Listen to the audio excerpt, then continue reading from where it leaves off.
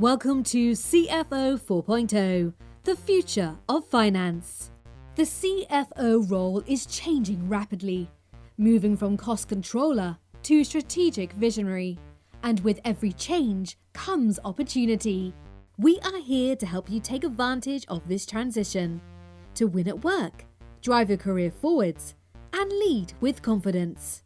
Join Hannah Munro, Managing Director of ITAS, a financial transformation consultancy, as she interviews key experts to give you real-world advice and guidance on how to transform your processes, people, and data. Welcome to CFO 4.0, the future of finance. So hello everybody and welcome to this episode of CFO 4.0. Now you may recognise this voice. For all of our listeners that have been around for a while, you will probably remember Clive Webb from the ACCA, who's here to join me to talk about his latest research. So welcome Clive, thanks for coming back on the show. My pleasure. Makes me sound really old, that. You're a firm favourite of the podcast, and I always love we get a chance to dig into the research. So tell us a little bit about, I guess, the latest research piece that you and the team have been working on. Okay, so we started with a view of trying to paint a picture that looks more than just the current perspective, but sort of 10 years out, in a way of what finance functions really need to start thinking about to be prepared for what is probably a very changing and very dynamic world. So we set up between ourselves, our strategic partners, Chartered Council Australia, New Zealand, and also PwC, about 150 CFO interviews and roundtables across the world. And we had a survey of about 2,300 people, which is pretty good. Gave us a really clear view. 3 key themes, perhaps, out of the report.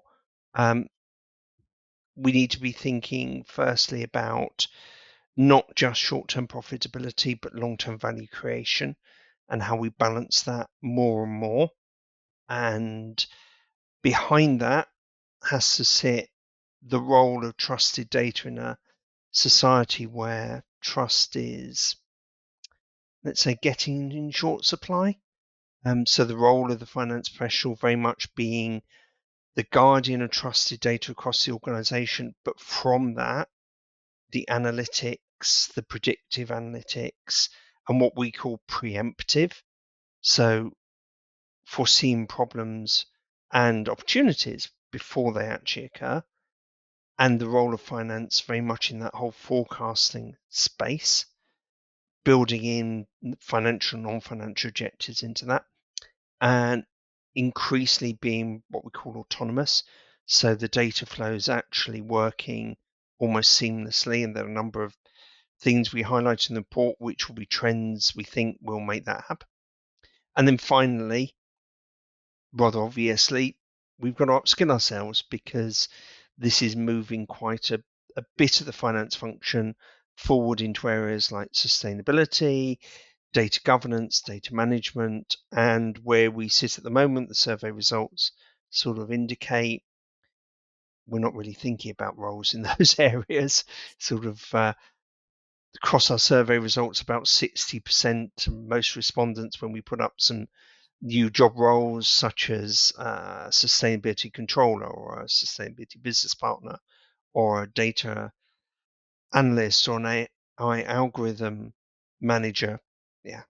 No, we're not really thinking about those roles.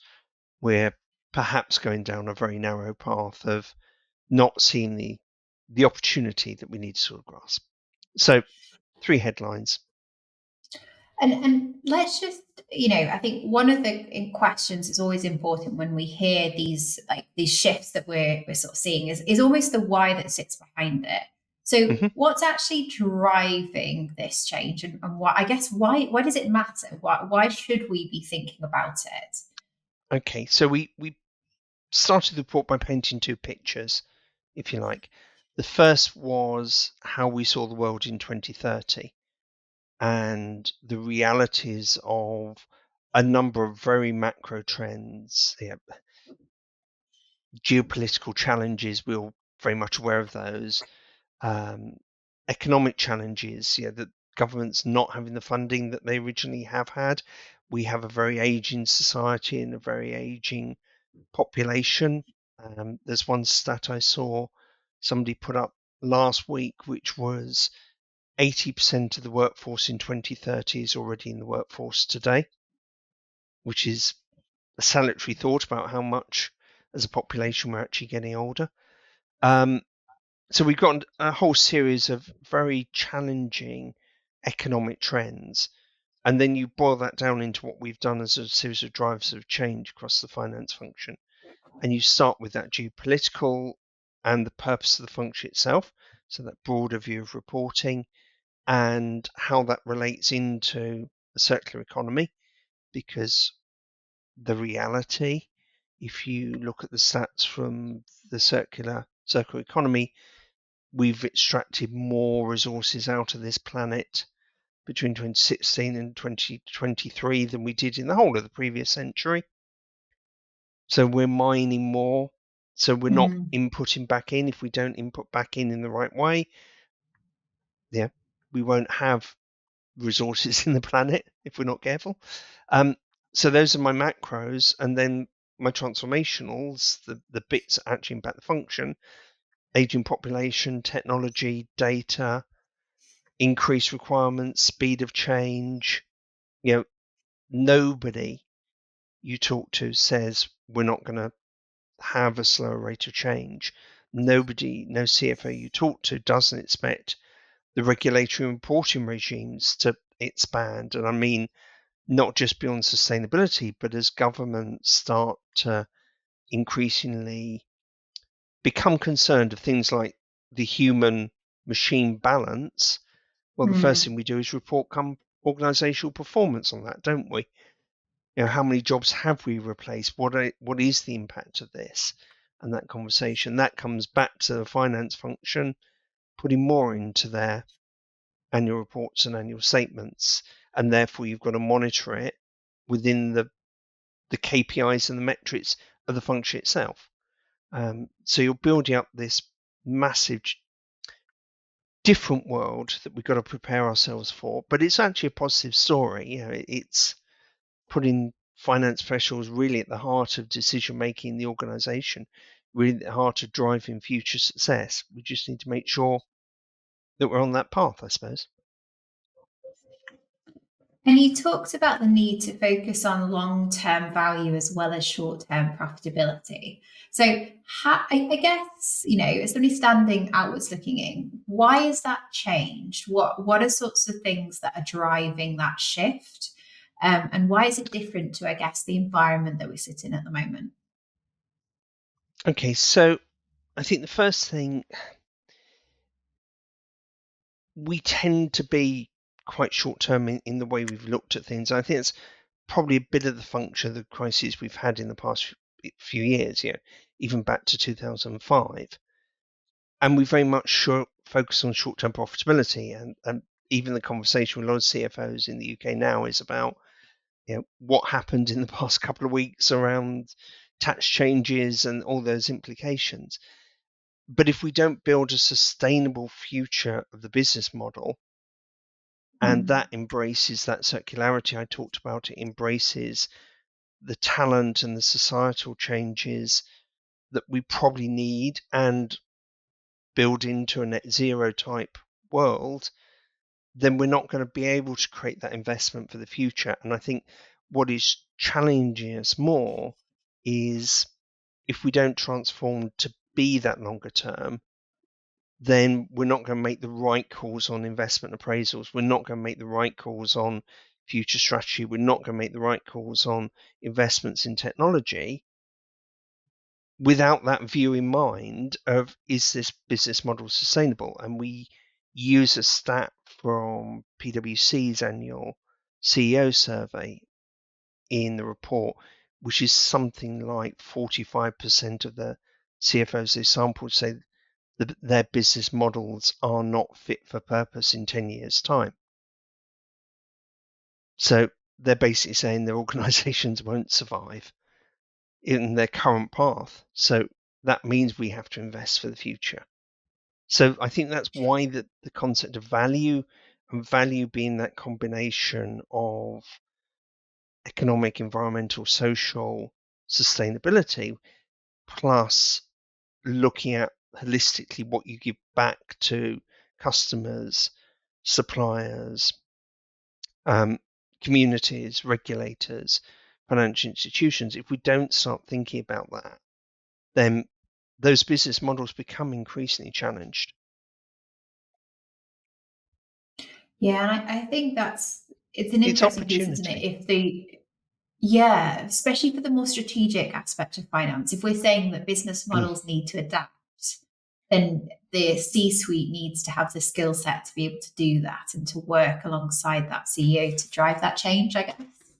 And that's an incredible stat. And yet, I mean, you and I have had conversations about other reports where we really talked about the CFO really being the right hand of the CEO, and I think this is crucially important. But the only way to get there is to having the predictive models, the data, the analytics that support it. The only way you can get that is to have the robust data to be able to model, to project out. And this, I think, is a challenge. The technology sort of provides us with the opportunity of using machine learning to do really good rolling forecasts if we get the data set right. Yet the survey results sort of suggest the biggest issue for CFOs in the UK is an underinvestment in the technology of the finance function. And you must appreciate that from your space. Yeah, it's really interesting. I always find that finance always seems to be the last team on the investment list when it comes to technology. And I've always asked this question, like the why, and I think from what I've seen, it comes down to two things. I think one is that priority is always given to revenue generating, and I think people, C-suites still don't understand or can't justify the value of finance technology, the value of strong data for decision making. I think that's one of the challenges.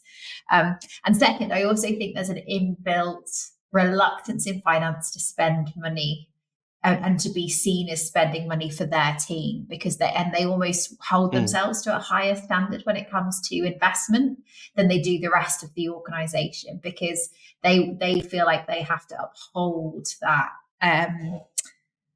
I won't say the almost like that if they spend, they really need to spend it. And what we tend to see is they only spend when they're absolutely up against it. People are working crazy hours. They can't keep up with the data demands. They're really stretched, and then the investment comes. And that brings its own challenges, I think, in terms of the finance team's ability to change and to transform, because they're under so much pressure already.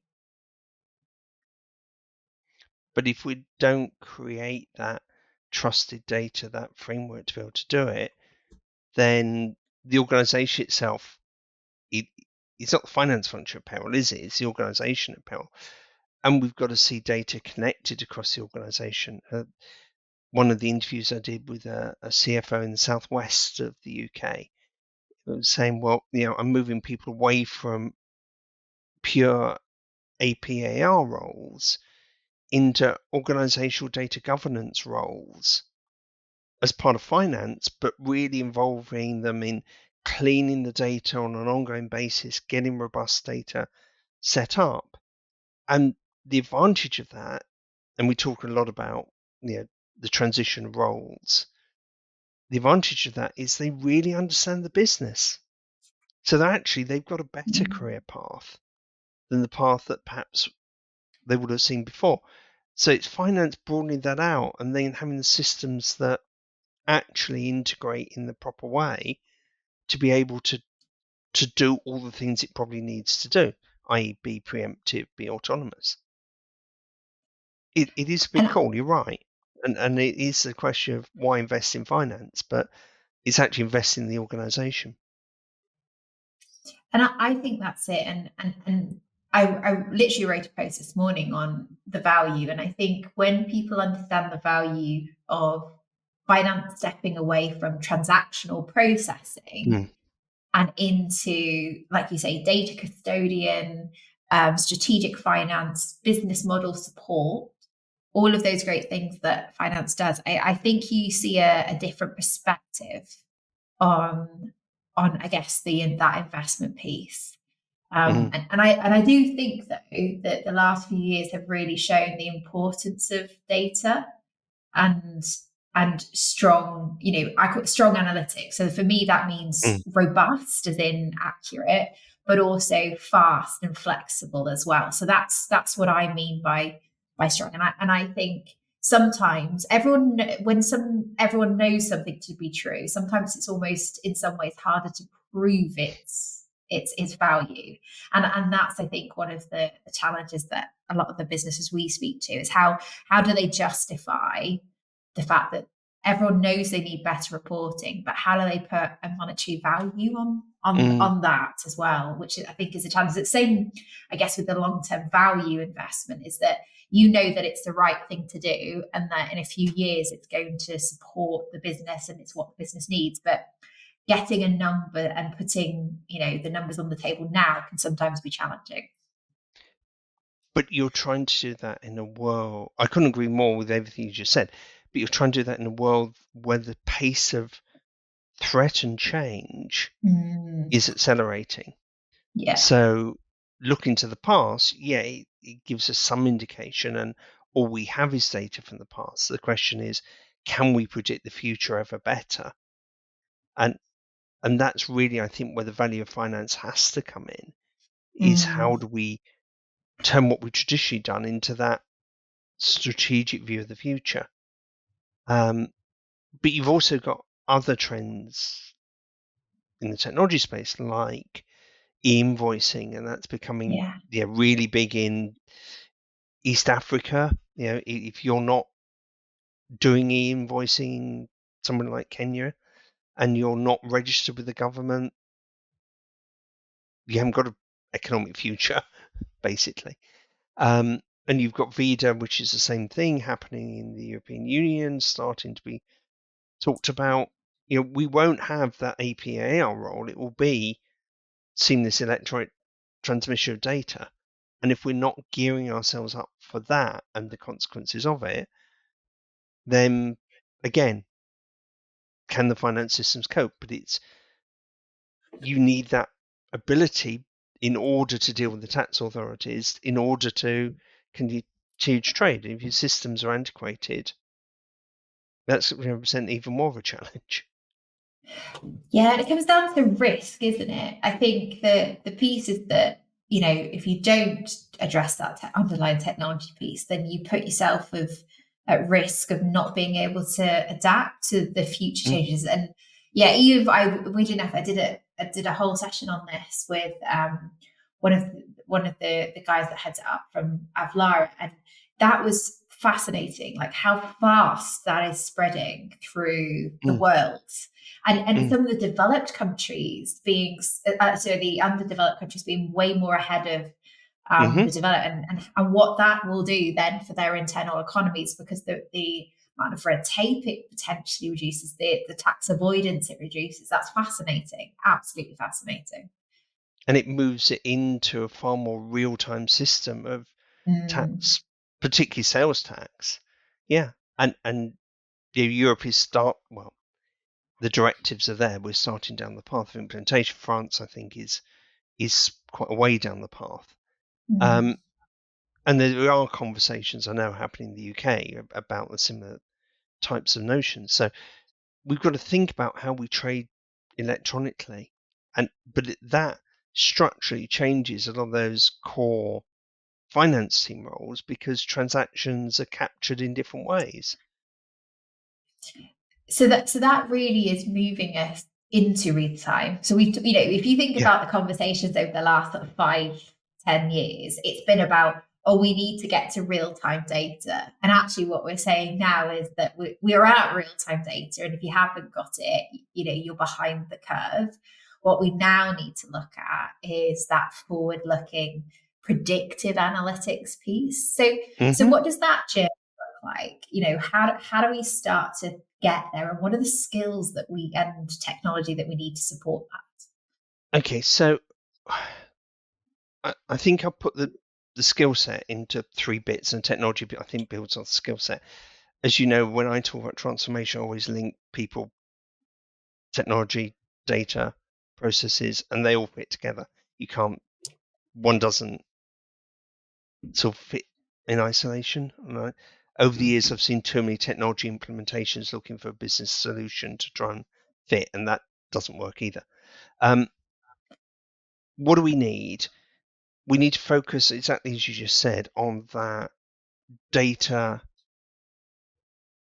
that real-time data, but using that real-time data to enable us to forecast the future, but equally to alert what is happening in real time. Now, there is a danger that if you get too real time, you get too micro. Yesterday was worse than today, sort of thing. So it's about being able to understand trends in the right way. And to do that, you need more people focused on understanding the outputs of the data and the models, but you also need people who are focused on the integrity of the data in the models in order to make sure that the data we've got is actually trusted data. And I think that's a big role for the finance team, because in a world where we have a lot of uncertainty, and it looks like we will continue to have uncertainty, then we need somebody being the voice of certainty. So the role of the finance function, our ethical mind, and all of this being very much focused on integrity of the information, integrity of the decision making. So it's people who can analyze what the data is telling them, people who can assure that the data itself is correct, people who have the business acumen to be able to tell the story across the organization and to influence the decision making in the right way. And it's all of those working together. And by the way, we've got to report it in the right way. We have all the compliance issues and the risk management issues that we won't go away. So we've built a model of what we think the finance function of the future looks like, and it's got a series of domains. It's not an organization chart, but it talks about, yes, we'll still need transactional processing, but that may just be oversight and governance of electronic flows. You've got a compliance role, you've got a value added role, which is sort of the next essentially business partnering. You've got compliance, you've got strategy, and they all fit under the chief value officer mantra. So how are we adding value to the organization, to society in the right way, and how are we capturing the data to know we are doing it in the right way? So I think that is the evolution. Does that make sense? It's a bit It of a does. rambling answer to your question. But I think it covered a few different areas. And I think the bit I find interesting, and I think maybe something that we don't talk enough about, is our ability to do that strategic business modeling piece. Because let's be honest, like most predictives are based on models. You've got to be able to understand the drivers but that sit behind a model to be able to make sure that they're accurate and focused. So actually the strategic part of finance, that strategic skill, the ability to build predictive models, to be able to understand drivers, assumptions, and to be able to almost monitor and reference those back is what's going to give us that future piece. And I think what's interesting is that we talk a lot about how technology is going to change how we work, but I do see the value of finance in being able to, I guess, adapt some of those models. So to take it and almost personalize and tailor it to the business. And that's almost a skill set in itself, isn't it, as we go through? I think you're right. We behind this, we've got, of course, the trend in machine learning and how that enables us to make those scenarios more refined but we never, I mean, there is no no certain outcome for the future. There never can be. But what we can do is paint a series of scenarios. We can give advice on that. Understanding what those scenarios tell us as we more and more use machine learning to produce those computations requires us to have a skill set. You can never entirely understand the algorithms, but you can understand whether those outputs make sense in the right way. We've got that trend building, and if we don't get on that trend, then either other functions are going to, or the organization is not going to be as reactive or strategic as it probably needs to be, given the range of potential threats that we talked about at the start of this conversation. So you're right, but how do I have that ability to forecast? And somebody asked me the other day, what does this mean in terms of the classic budgeting cycle? Well, realistically, if we go into this strategic modeling, rolling forecasting, whatever, maybe that starts to break down. Maybe that skill set you just talked about in predictive analytics is how we need to think about capital allocation going forwards, and that starts to change things.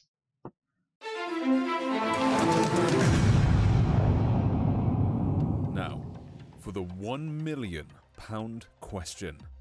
What is the best finance software for your business? Is it A, Sage 50?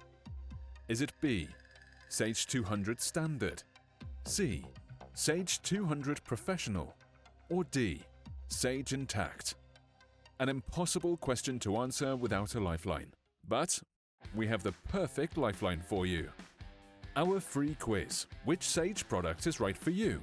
Will tell you which product is the best fit for your business in just 5 minutes. All you need to do is head to www.itassolutions.co.uk and answer a few simple questions. And I must admit, certainly one of the trends I've seen with our customers is the shift to more rolling forecast versus static and held. I think that's something that's already kind of coming through in terms of how people actually work through the budgets. It's getting more reactive, and you could say reactive or you could say agile, depending on your perspective. But that's something that we've seen a trend. And again, that comes from, like you said, the access to that data, the ability to build scenarios and model those scenarios quickly rather than, taking months to get answers to things. And I think that's an interesting trend that certainly I'm seeing in our customers. So I guess that kind of brings us on to one of the things that you mentioned when we first started this podcast, which is trust, and how trust is I'm going to use the term of becoming eroded in today's society. There seems to be a lack of trust in a lot of things. So let's just talk about that for a second and what that means for finance. So where do you think some of this is, I guess, coming from in terms of the lack of trust within today's society and within today's business environment? I think probably there are two areas, one of which is what we've just been talking about.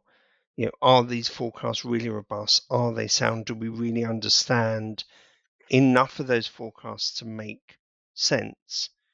And in a world where that uncertainty, even in the changing funding models, the role of private equity or whatever, in growing those forecasts, we need more certainty. We need to be more skilled at getting the right forecasts out. So that's an element of trust. Is the finance function sufficiently on top of the data to be able to say this forecast is relatively robust, or these scenarios I give you here are relatively robust? So I think that's 90% of that side. The other side, I think, also comes from this increasing need to link operational and financial data. Because one of the inherent challenges in a lot of that progression, as we talked about, to those three domains of economic stability, the financial, the environmental, the social, is how do we link all that data together to get that robust view? Yet a lot of that data at the moment, particularly in two of those domains, is not as robust as the data that we use in the other domains, in the financial domain. So how do we improve the data quality? How do we start capturing the data in the right way in order to see where that balance takes us? And I think we are quite skeptical as society now about information presented to us. We question more, don't we?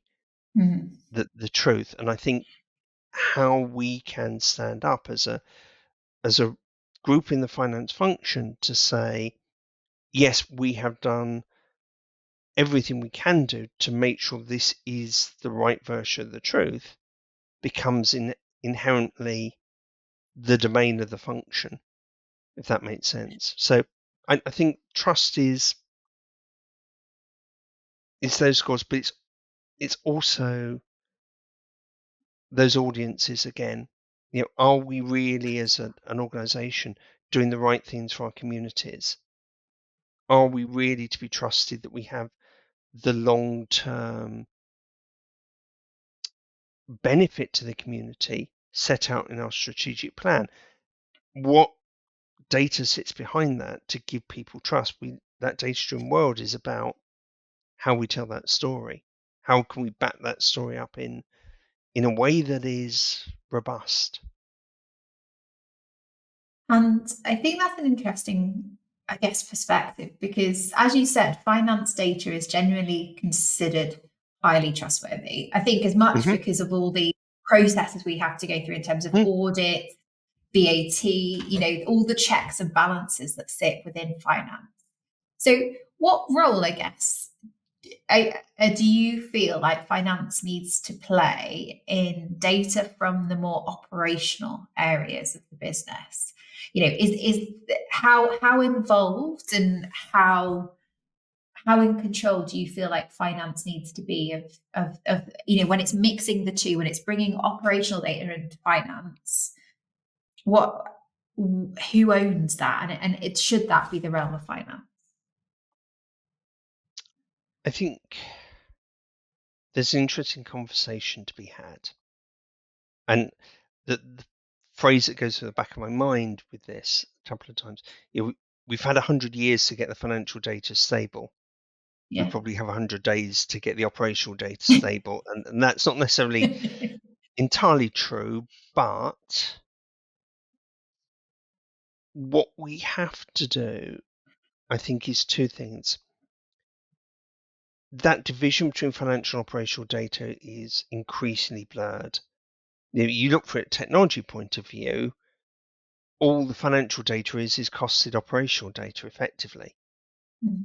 So if we say we're purely concentrating on the financial numbers, we're ignoring the fact of where the data comes from.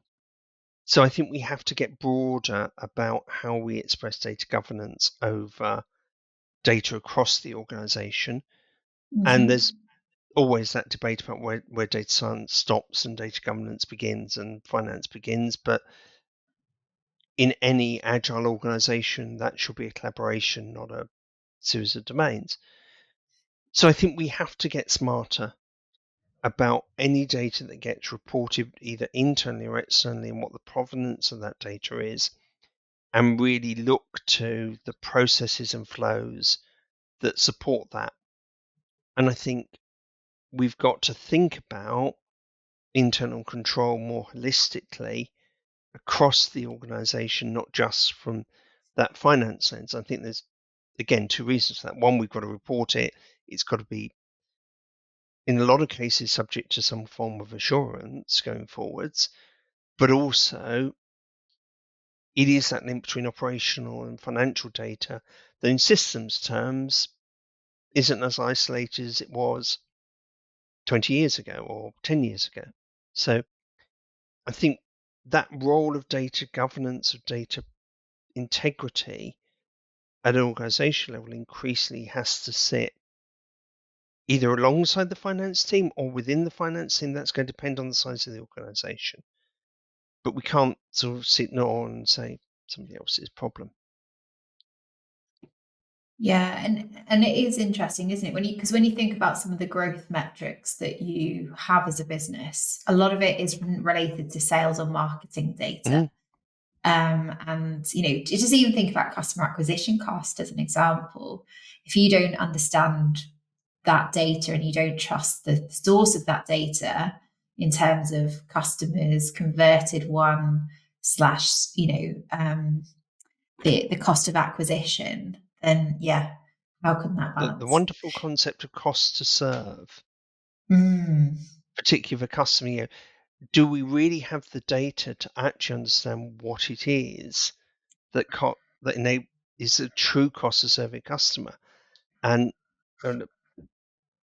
talking to a professor at Cranfield about 18 months ago now, he said that when he ran some modelling for an organisation, what he realised was the supermarkets cost you a lot to serve, but you can't not serve them.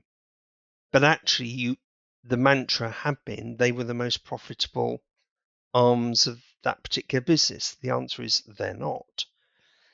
So it's a question of how you really understand the true cost, and that moves a lot of the assumptions we make about overhead absorption and all those sorts of things into true models like cost to serve. You haven't looked at cost to serve. People in the audience, sort of, it's worth exploring that as a model. Just what you said about customer viability. Change your mindset. Use the data. Link to your But then, procurement people.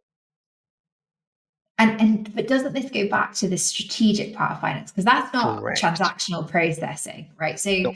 I think already we're starting to say is that when you're in a fast moving, particularly volatile environment, actually understanding your models and understanding the data that sits behind them is critical to finance. And are we spending enough time in those areas, given the requirement for change over the next few years, and how do we get there? So, just to finish up, was there anything in the research that particularly surprised you or took you aback in terms of statistics or, commentary from those different sort of roundtables and CFOs that you spoke to? Yeah, maybe a few things to pick out. We asked the classic question of, how is finance regarded? And we've always seen finance as a cost, something you've hinted at a couple of times in conversation. Interestingly, that ended up only about 30%. And I think if it had been 2-3 years ago, we would have been talking in the 50s, 60s. So that's a positive story. I think we're starting to win the conversation if we take that sort of number. The two numbers we've talked about in terms of the underinvestment in systems and processes, and the fact we're not thinking about necessarily new job roles that we actually need, is pretty important. So it's a question of, have we done the necessary skill set inventory for the future? I was talking to a couple of sustainability controllers in the course of the research, and they were absolutely horrified when I showed them survey results. They said, well, my role is to act as the business partner between what we need to report and what the business is doing. And if the organization doesn't have those people who understand the internal control, who understand data provenance, data governance, yet we need to report it, who is doing that? Yet, so that sense of we're not thinking of actually where we need to adapt roles, and they were both people from finance backgrounds with sustainability lenses. So they weren't sustainability people coming the other way. The finance skills were vitally important. So the fact we're not thinking about those future roles actually worries me a bit, that we're not seeing how we need to adapt.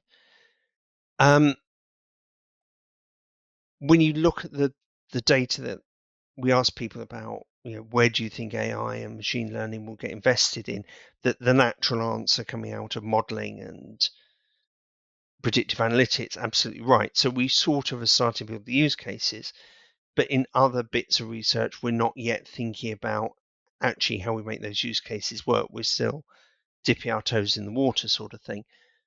So I think all of this builds, Hannah, into there's a lot of journeys as a finance leader you need to start thinking about.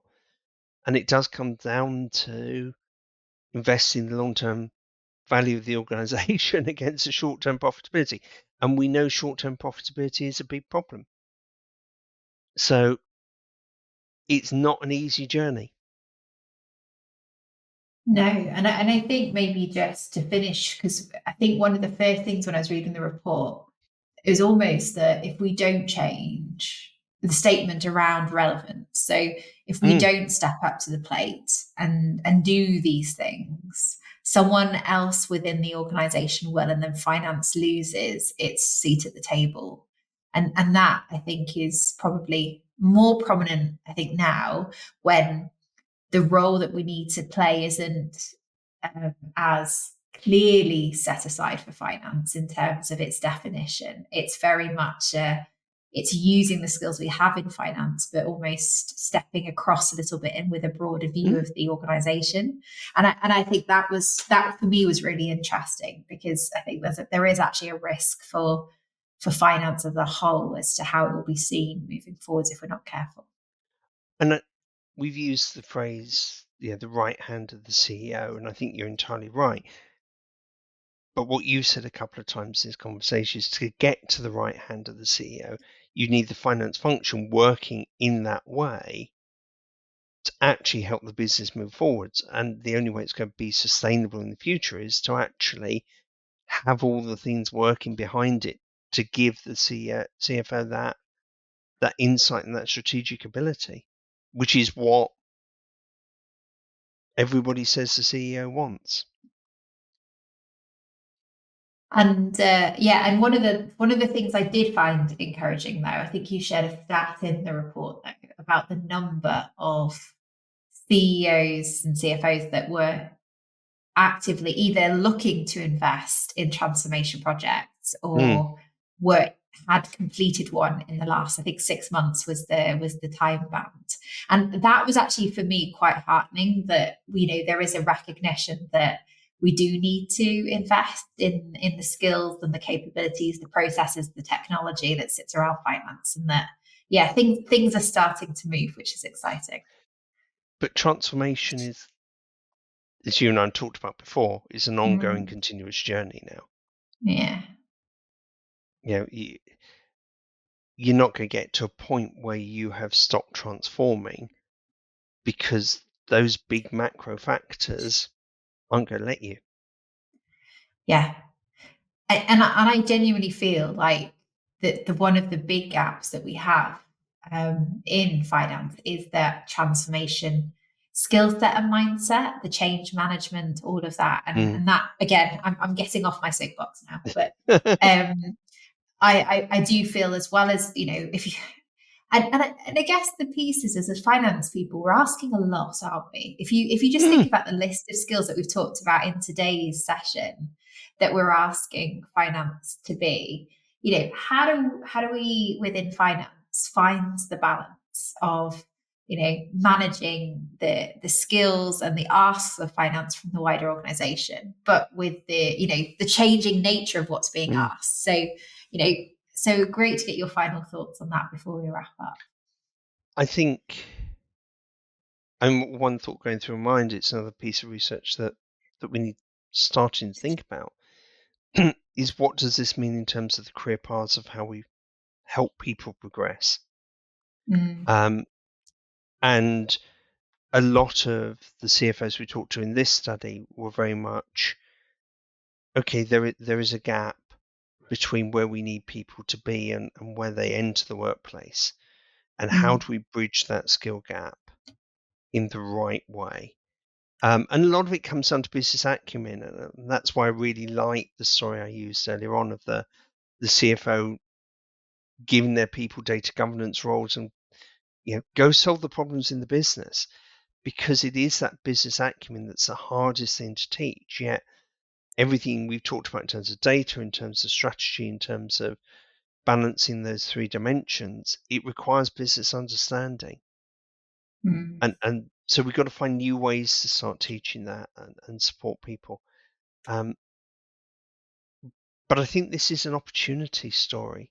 It's not a doom and gloom story.